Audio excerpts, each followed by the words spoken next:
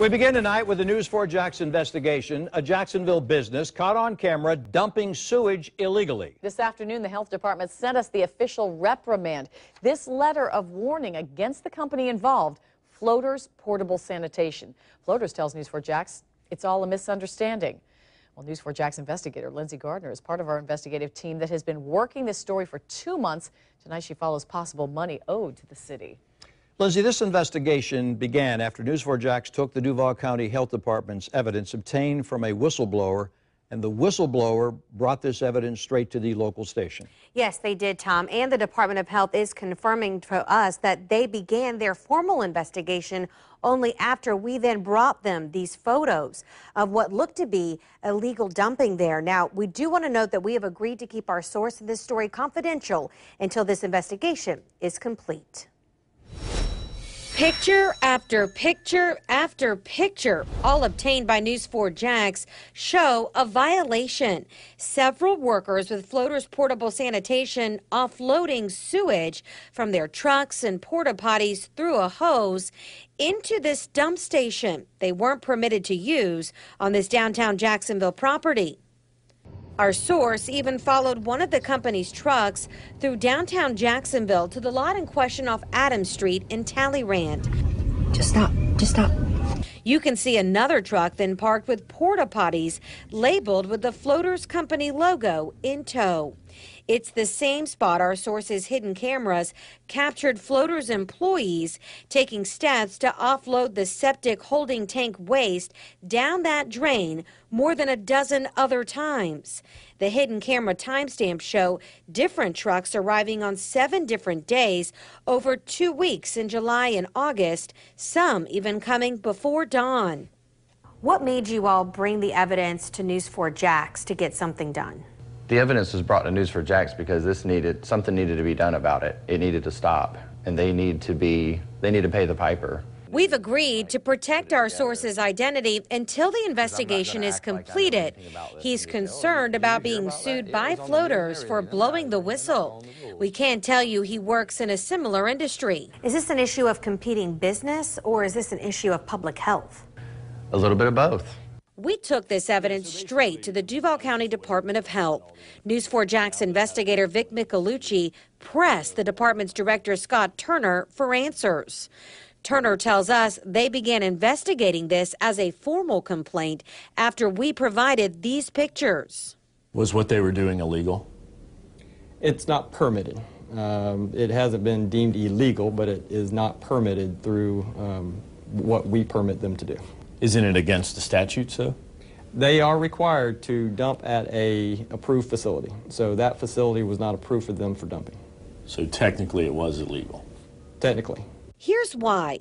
The health department confirms the privately owned lot in question has a permit for personal RVs to dump their waste. That's during special events like Georgia, Florida, or Florida Country Superfest, and only for waste generated on that property.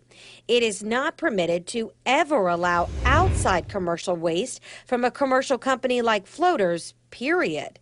And it's also not permitted for dumping any waste outside of a special event, which there were no events at the time these photos were taken. What's more, we've learned Floaters is captured dumping into an RV septic line that we found out flows directly into one of JEA's sewer lines. Access to that line means missed money for the city of Jacksonville. JEA charges a fee to their commercial companies to discharge into their sewer lines, and they say there are no records granting Floaters direct access to their sewer lines at all. Was there ever a danger to the environment from this? That dump station is connected directly to JEA sewer, so there was not a direct impact to the environment. Mm-hmm. But they were using JEA's sewage system without paying for it. I do not believe they were paying for that sewer treatment, no. So they were able to dump there for free? They were dumping there at no cost. Which would save their company a lot of overhead. Correct. The official letter of warning notifies Floaters, quote, "This letter of warning is being placed on your file, and this violation may be cited in any future complaint." The company was found to have violated a Florida statute with, quote, illegal dumping of septic holding tank wastewater into a temporary RV park dump station. Legally, Floaters Portable Sanitation has 21 days to appeal this written reprimand.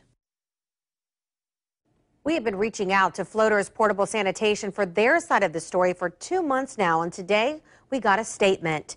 Floaters says there was a misunderstanding between the health department and the person who owns the Talleyrand property where that dump site is. And they say the problem has been resolved.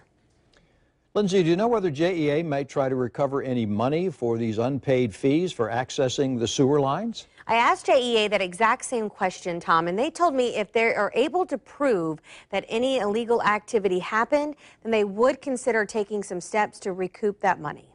Well, Lindsay, this is such a small snippet of time that we're talking about that the cameras caught this activity. Is there any way of knowing, do we know that whether this may have been going on for some time? We don't actually, Mary, know exactly how long this may or may not have been going on. When I spoke with Floaters today, their representative told me the misunderstanding stretched all the way back to 2013.